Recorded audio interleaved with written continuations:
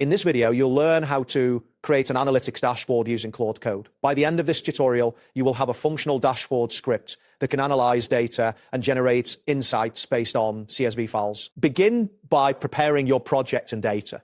Open your terminal or command prompt. First, create a new directory for your project by typing nemdir analytics dashboard and pressing enter. This command will create a folder named analytics dashboard. Next, navigate into this folder by entering cdd analytics dashboard and hitting enter. You should now be inside the analytics dashboard directory, ready to add your data. Now, you will create a CSV file to hold your data. Enter the command nidata.csv quote to create a new CSV file named quote data.csv. After that, you will add your initial data. Type the command date sales users outfile data.csv and press enter. This command initializes your CSV file with headers.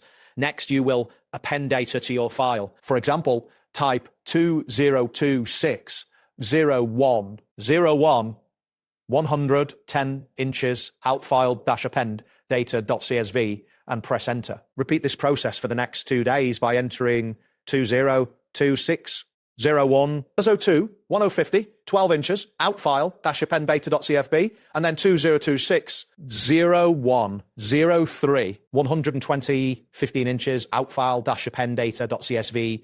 You now have a CSV file containing sample data for sales and users. The next step involves creating the dashboard script. Use the command nidashboard.ps1 quote to create a new PowerShell script file called quote dashboard.ps1. After the file is created, you will open it for editing.